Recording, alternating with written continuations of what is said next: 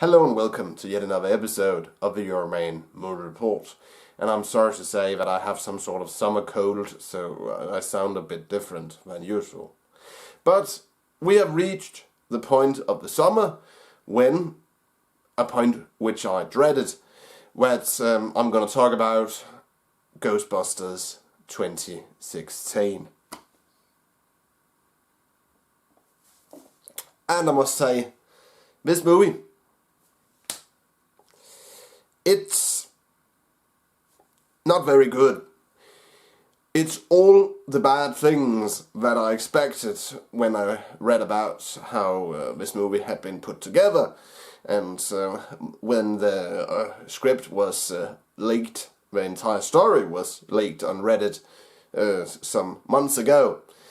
And I must say, the original 1984 Ghostbusters movie, it was edgy, it was funny, it was well acted, it was well put together. And I loved it. I still love it. I have it on Blu-ray and I watch it sometimes when I get the urge to watch it. But this Ghostbusters reboot, I will never buy it on DVD or Blu-ray. If it's ever shown on TV, I will change the channel.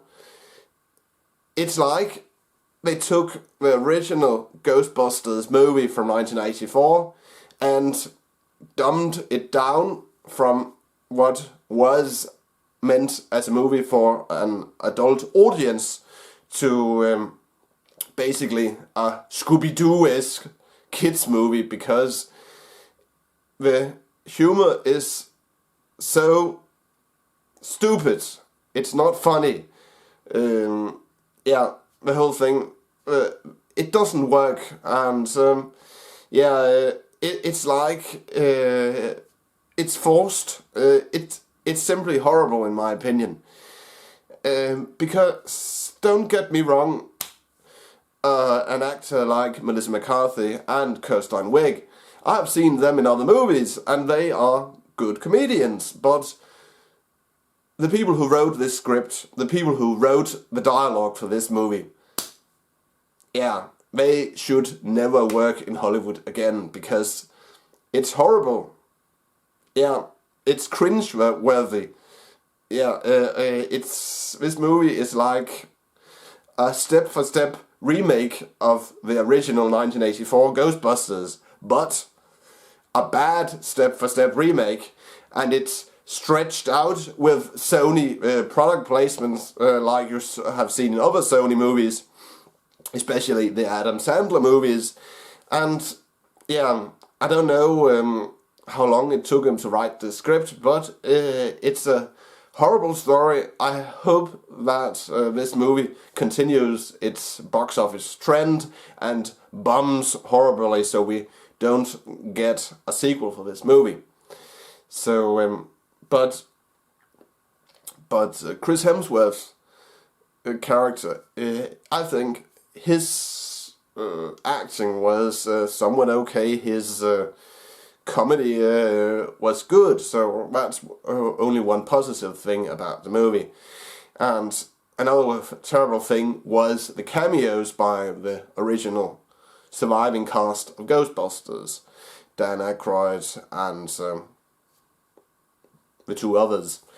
And I heard on this blog, audio blog called Midnight Edge, that Bill Murray and Dan Aykroyd and Ernie Hudson had been forced by Amy Pascal's lawyers to star in this film. But they were given money to star in it, but they were forced to star in it. So it's I don't think that this movie will start a franchise for Sony, because it has so many bad things going for it. So what else is there to say? I usually rate my movies, the movies that I watch, from 1 to 5 stars. or 1 to 5 Coca-Cola bottles. Depends which mood I am in. But this movie, I will refuse to rate it because it's horrible. It doesn't deserve a rating. I hope it is... all the copies of this movie is buried in one of the deepest places on Earth and never seen again, because, yeah. So, that's it. Euroman of Euroman's Movie Report. Thanks for watching, and don't forget, if you like this movie talk / movie review, please give it a thumbs up. And if you want to watch my previous reviews / movie talks, you can click a link in the description.